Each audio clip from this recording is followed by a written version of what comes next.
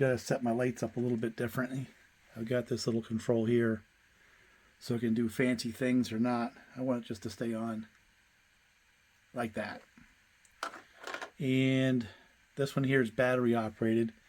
One of the things I want to do over time when I get a little better, more mobile, is to replace the battery with a little regulated rectifier like I was using in those locomotives to give this a standard 6 volts DC, but power it from the track, right? So one of the things I've been kind of doing as a sideline here has been collecting these Lionel ALCOs. And in my mind, there's 3 or 4 major classes of these things. I did a video on this once before, and it starts with these, right? These were in the 1950s, heavy die-cast trucks that had a vertical pull more on top of that. A very, very well-built machine, but I suspect was a little too expensive for the entry marketplace, so they eventually, in the mid-50s, went to these sheet metal framed ones like these, which are actually my favorites, right? And of course, my entry to the toy train world was when my dad got me that in 1962, which is really the quintessential sheet metal frame ALCO. I got some up here on a shelf. See if I can get up here and look at them. Yeah, here's another one. And, you know, they came with a variety of different options. The ones I like are the ones that have the 2-axle magnet traction, like this one right here. Of course, this is a simple one. It doesn't have a front coupler, horn, or none of that stuff. It's just basically got a, E-unit and what I think is the better powered truck. And these run really good. They really do. And they came in a variety of road names, right? And I happen to like Erie. Boy, you can get a lot of this stuff in a hurry. So anyway, you had these, and then they morphed into the sheet metal frame like I just showed you. This one here would be a little more fancy because it's got a front coupler, right? They made B units for certain models. Of course, they're not powered. And they had some real simple ones. This would have been off one of the Texas specials. No magnet traction. It was one of the low-cost versions. You can see the small diameter axle, and there's no bushings. Yeah, and if I remember, this would have been on something like the Texas Special 1055, which again was a starter set. And then on the magnet traction ones, you have a variety of different configurations there. Some of them just have one axle with the larger diameter magnet traction and then a small diameter axle behind. I've even seen versions of the sheet metal frame where they only have one axle driven. You know what I'm saying? Real cheeseball. So Lionel found ways to take cost out of these things. But the basic sheet metal frame ALCO from the 50s and 60s, before they went out of business in 69, that had either the single or double wound coil with the heavier axles, magnet traction, and bushings. That's a rugged, reliable, simple, powered truck. Very good. And that's why I like those things. They just run and run and run. I have a lot of fun with them. It's about my favorite toy train. Now, that's not to be confused with a model train, because these are not scale. 027, and they're really not, scaled well at all. I mean, they look like an ALCO, but they're not to scale. Now, when the food company bought them, General Mills, in MPC era, I guess is what you want to call it if you're a true Lionel person, they actually did some updates, but they also went backwards. This was the more, the later version of the Pullmore they made in the MPC era. And I actually think that the top plate, there's some advantages. And then on the side plate, that's a die cast, and that's very cool. But they kind of blew it. I mean, they had this really nice layout, and they went and put plastic freaking gears in there. If they were the metal gears, that would, in my mind, would probably be a better, powered truck than the earlier ones. And they put traction tires on them instead of magnet traction at times too. And again, they put the pickups on the truck, so it was like a self-contained unit. where the older ones, you had the pickups in the front, and then you had the powered truck in the back. So this here happens to be a contraption that I was building a while back, and it's going to come back to service. I think the reason why, yeah, see right down there, you see that gear? With the plastic gears, it's not uncommon to see them fail that way.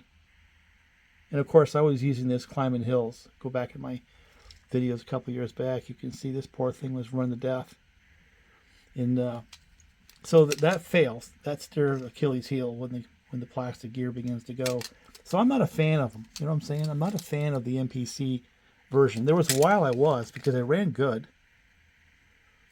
You know, I like this top plate better. You know, but yeah, they just don't hold up for what I do around here. And what's this one here? Oh, that's one of my Chesapeake and Ohio's. There's another MPC there. So those are, you know, in my mind, some eras. Again, the 1950s with a die-cast sheet metal frame. And my God, there's a lot of different varieties of them. You can do a video on that all by itself. And but after MPC era, it kind of went into kind of a crazy thing. Lionel and a bunch of the other companies that sprung out of nowhere trying to fill in the gap. I discussed that before. And there was another company during that period of time that was selling a ALCO FA model. It was called Kusan. I don't know much about them, but what I do know is the Kusan shell ended up on top of some K-line offerings. And then Lionel had a version of the FA that had a different powered truck arrangement. I showed you these, you know, a couple of years back. I had the horizontal can motors. I got rid of those things. I wasn't a fan of those either because they were full of plastic gears. So I've pretty much been eradicating anything in my collection that had the plastic, you know, drive gears. Just don't want them. And so Lionel went to that. They had that horizontal can motor in both trucks. They pulled well. I just don't think they'd last. And then they actually came back around. And this right here was from the 50s, but that right there is virtually identical. Of course, it's made in China, but it's a replica. It's a replica of this. So they came back and started making those, which I think is a nice offering. The problem I had with those, and I'm not sure exactly what years they were marketed, I believe in the 90s, but they don't pull for nothing. There's just not enough traction, and they're very heavy. They had all the fancy sound stuff in the B unit. But the one powered truck up front, you better have a level track, and you need light cars. So I'm sure it wasn't the most popular of the Lionel offerings as compared to, you know, some of the other ones with the vertical twin, you know, can motors like we were talking before. And then K-Line, they took that Kusan shell. And I have seen, although I don't know the details, of one of the early Williams ALCO FAs built on the Kusan shell as well. Now, I have never seen one, although I saw a video of a guy who had one. And it looked very much like the Lionel, but it wasn't. It was the Kusan shell, and it had the twin vertical cans. I want one of those if I can find one. And then, and of course, during the 90s into the 2000s, things got shotgunned when you had MTH involved and K-Line and Williams, and, you know, Weaver had an ALCO FA as well. But Williams came out with this in the 90s. This is a different shell. I do not believe it has roots in either Lionel or Kusan. I believe it's their own design. And I love these, and they're a lot closer to scale. I'd say, while that's 027, I believe that's an attempt to be scale O. And I have a couple of those now, and they run very, very, very well. But there's no lineage between the original Lionels and what the Williams is putting out now, even though in the 70s and 80s, Williams was making their name doing Lionel reproductions, you know. The new offering that Bachman and Williams sells in the ALCO FA has no connection to any of those. And I don't believe it has a connection to the Kusan as well. Anyway, so there's a little bit of detail on the model train. I want to go back and talk about ALCO, the real company, a little bit. You know, I did in the last video why they died. And I like to go back and review some other bits of history that are kind of interesting, because ALCO was actually a very, very innovative company. And I want to get into that a little more. So I guess I had mentioned that GE landed in Schenectady, and ALCO was a conglomeration of 7 locomotive builders with the headquarters in Schenectady. And what they did in the early parts of the 1900s was basically consolidate. So their main operations was Schenectady. And of course, GE was right there.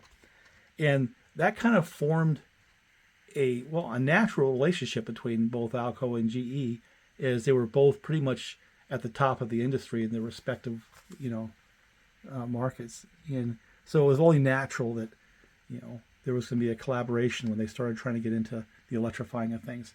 Now, GE, for its part, was already into the manufacturing of all electric locomotives. It wasn't like they didn't have experience with locomotives. Of course, they weren't done in Schenectady. They were done elsewhere. But so it was sort of a natural thing for them and ALCO to kind of get together. And one of the first things they did, they built I don't know if it's the first, but one of the first commercially useful, I guess is the right word, diesel electrics. And they called it the 1500. And they built a couple of them in 1928. And they used, early diesel, and they had basically a generator, and they were like these big box looking things. And they actually ran for a while. And some of them lasted until like in the 30s. They got 10, 15 years. And there was basically, an experimental concept. It was them basically deciding whether or not that was a useful place to go. And the fact is that morphed into ALCO building switchers. In 1929, see, it was 1928 when they were doing those things, and ALCO decided they needed to get into that business. And they acquired a company called McIntosh Seymore out of Auburn, New York. Now, that company was building big stationary diesels and generator sets and pumps and stuff like that. But they had this diesel that was actually useful as far as ALCO was concerned. It was a 6-cylinder 4-stroke. And they made that darn thing until the 50s. And it made about 1,000 horsepower in the trim that McIntosh and Seymore was selling back in the late 30s and 40s. And I guess they call it the 539T was the one that ALCO used the most. And one of the products that ALCO sold with that 539T was actually one of the most successful products they had, and that was the RS1. And they had that thing in the catalog until the 50s. So in that application, that big giant 6-cylinder, 1,000 horsepower, 1930s designed McIntosh and Seymore diesel was just fine. Now you got to think about it for a second, and there's a second part of the story, because it wasn't so good for another application. With the switching, it's not like it's constant high pressure running, high stress running for long periods of time, like say a mainline freight application would be. It's pulls hard, and then they get a chance to rest a little bit, and then pulls hard, and it's kind of like driving your car versus a boat, where in a marine application, once you're underway and the boat is somewhat on plane, the motor is under stress the entire time. So the requirements for handling heat and all that kind of stuff is different than, say, your automobile, where you accelerate and you go cruise a little bit, you come out of the throttle, it's not under pressure so much, and then you come to a stop. More intermittent loads versus a steady, constant load. Well, that 6-cylinder McIntosh and Seymore motor seemed to survive that quite well in switching applications, which is why it stayed in the catalog for ALCO for so long. Yeah, that RS1 version with that 6-cylinder McIntosh and Seymore 1,000 horsepower diesel was in the catalog until the late 50s. So it was a successful application. It was a successful design for that application for those intermittent loads. Now, it did have a little bit of a problem when it was asked to do something outside of its performance envelope, and that happened back in the late 30s. And the story behind that is EMC, before it became EMD, they had come up with a streamliner, right? And it had the two, at the time, electromotive diesels. It was two diesels inside a large streamlined car body style locomotive, the beginnings of what we call the E series now. You had the E3s, 6s, 7s, and 8s. And the early version of that kind of kicked ALCO into trying to come up with something themselves, and it was the DL series. And they had a DL-103, and they ended up with a DL-109, and it was just basically an evolution of that again, streamliner for high-speed passenger service was what it was originally designed for, to compete with the EMC that turned into EMD, right? And their first iteration had 2 of those 6-cylinder McIntosh and Seymore 1,000 horsepower turbocharged diesels in one locomotive. So you think right off the bat, that's pretty cool, right? The problem was that design, it was kind of a slap together of a parts list kind of thing. And they actually, they did some development on it. They had some issues with vibrations and stuff like that they tried to sort out. But the bottom line is that particular diesel wasn't good for freight applications where it had to be under load for a long period of time. It just didn't do well. And that also happened right before the Second World War. And basically what happened then was the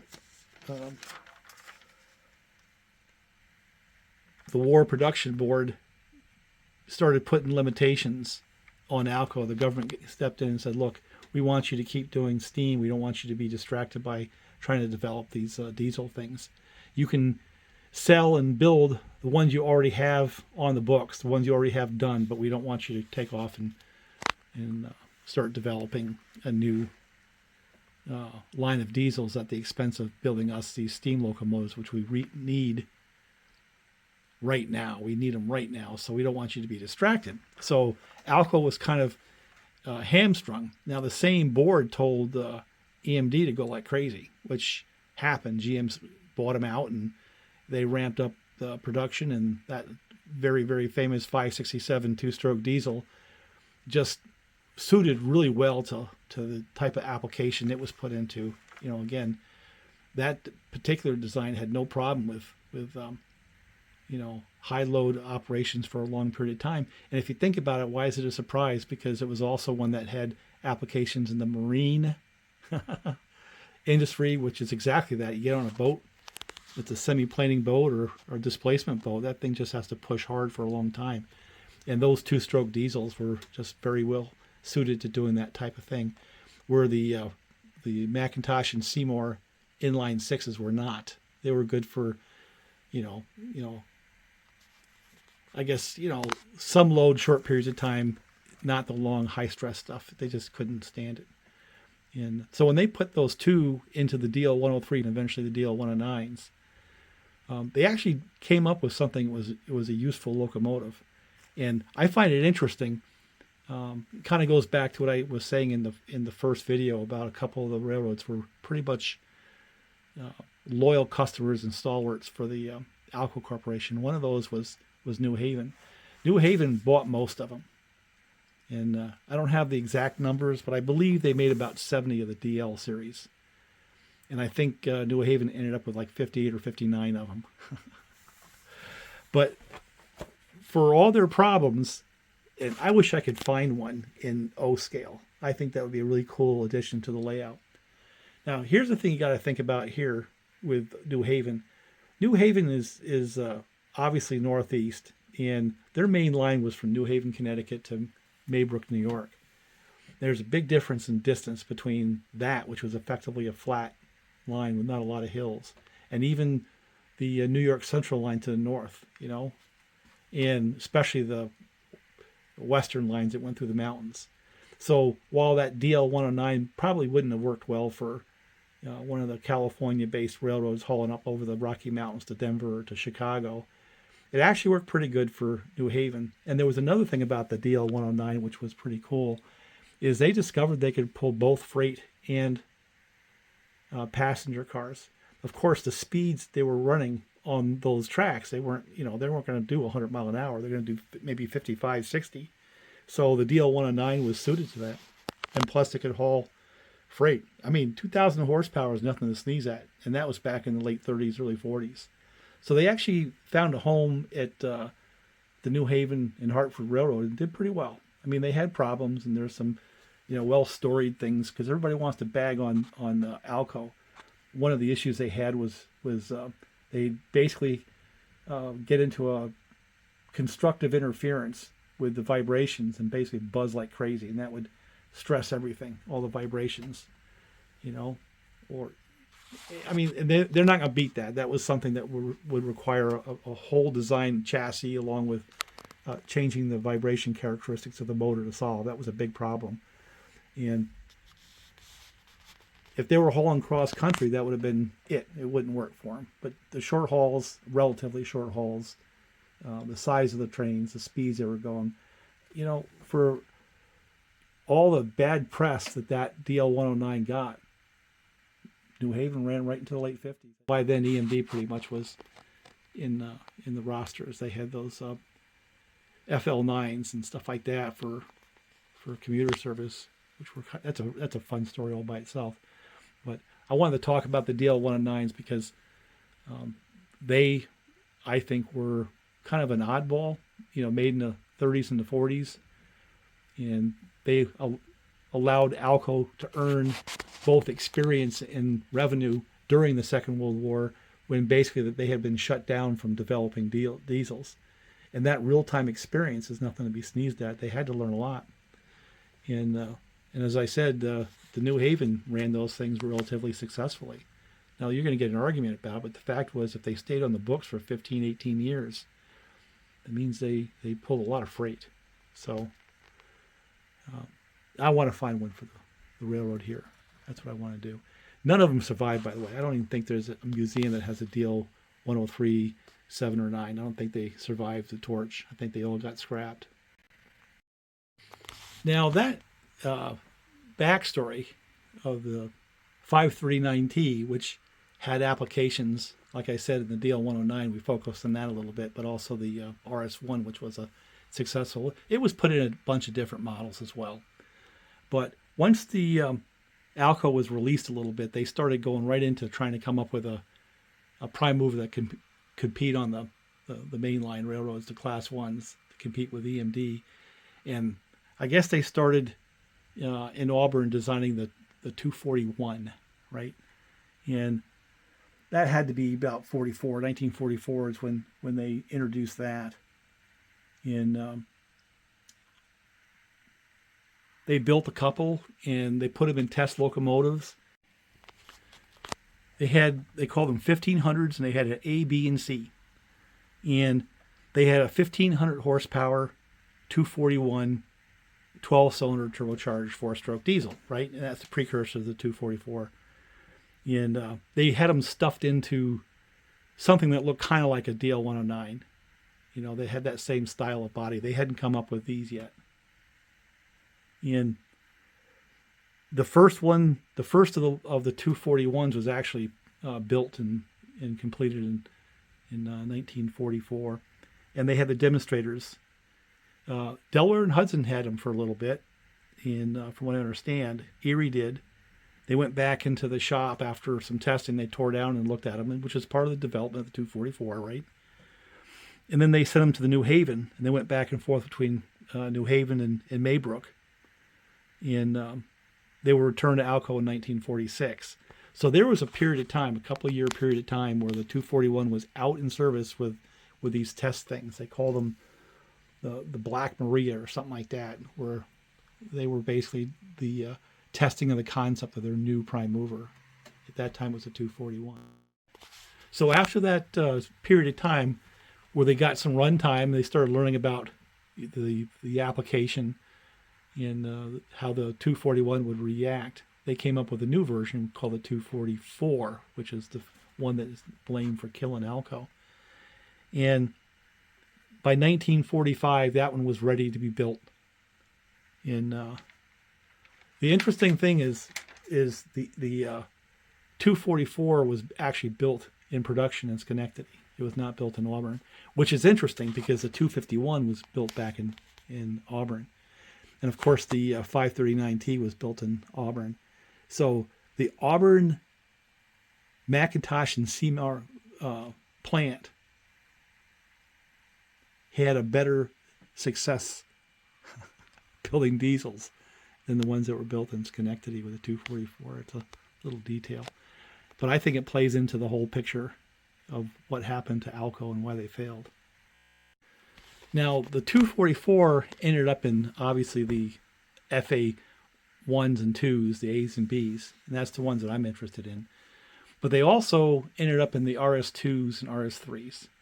And yet again, in the RS2, RS3 application, the 244 was actually quite successful. It didn't have the problems that the mainline operations, the big heavy freight operations over long distances seemed to give the 244s. So it wasn't a total bomb. And they eventually evolved it. I'm going to get into the evolution in another video. But there were several different versions of the 244. They did revision after revision after revision, and they eventually worked it into a reasonably solid locomotive. But even in its current form, when it was first put out, the RS2, and then the little bit later version, the RS3, was a very, very, very successful application for the 244.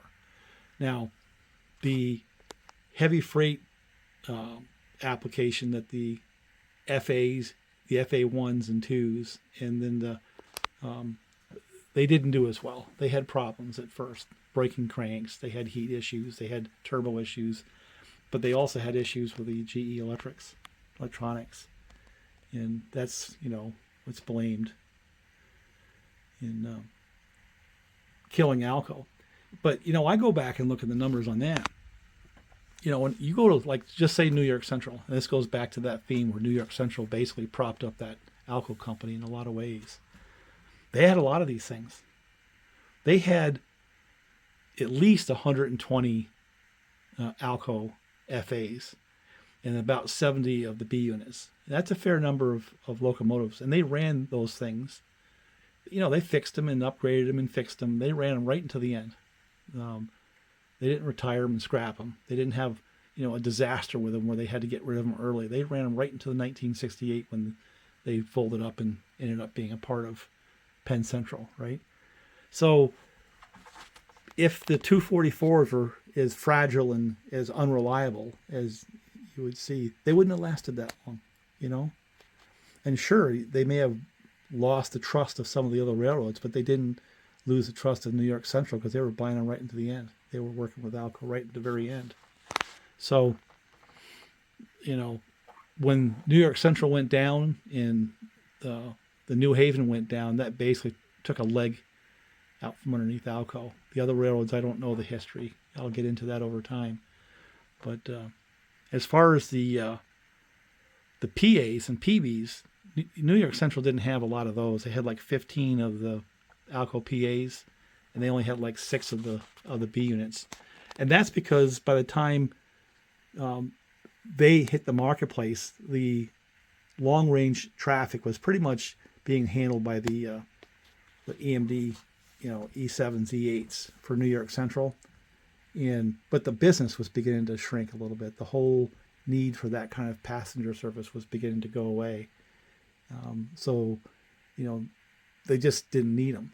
And EMD had a good solution. And so they didn't have to make a whole lot of those PAs and PBs for New York Central. Some of them went out to the Santa Fe. That was kind of famous, but they didn't make a lot of them because there wasn't a need.